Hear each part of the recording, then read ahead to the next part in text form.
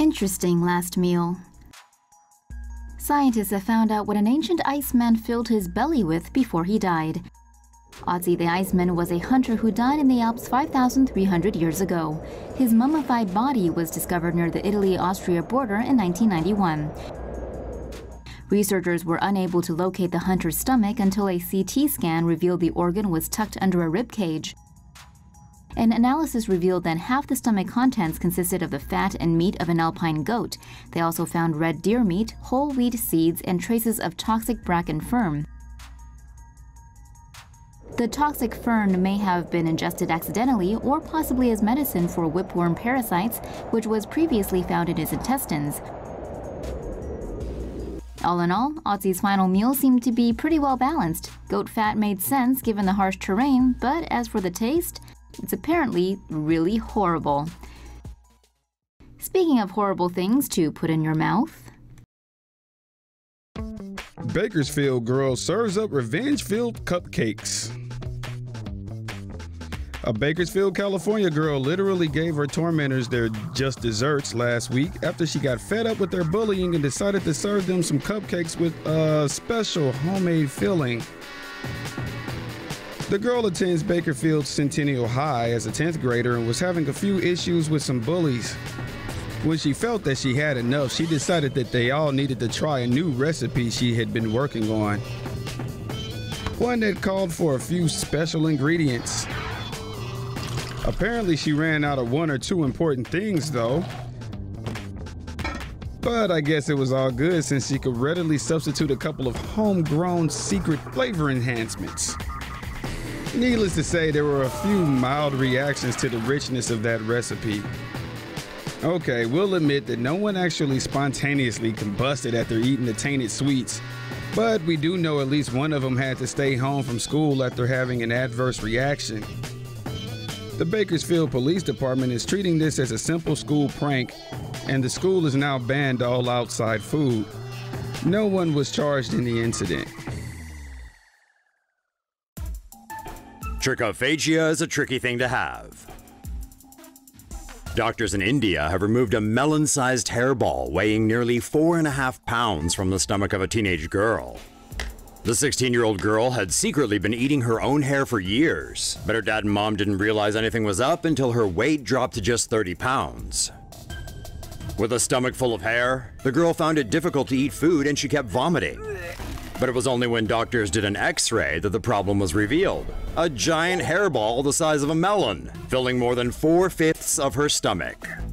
The girl was diagnosed with trichophagia, a compulsive disorder in which people eat their own hair. Surgeons have successfully removed the hairball from the girl's stomach, and she's said to be doing much better now. Eating from the garbage. In the Philippine capital of Manila, the poorest of the poor are forced to eat pagpag, washed and recooked landfill meat, to relieve their hunger. The term means to shake or dust off in Filipino, in reference to the act of cleaning dirt off the leftover food scraps to make it edible. When food is discarded by restaurants, it ends up at dump sites where scavengers sort through the waste for hours, picking out chicken bones and other scraps of meat. These leftovers are later separated, bagged, and then sold to families or eatery owners for a few pesos.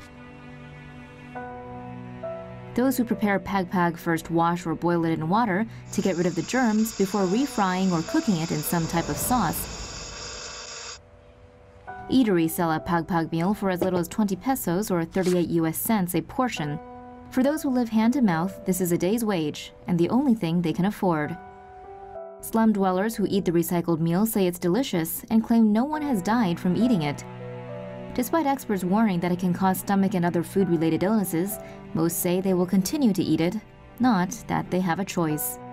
To them, food from the garbage is better than no food at all. Be nice to your colleagues.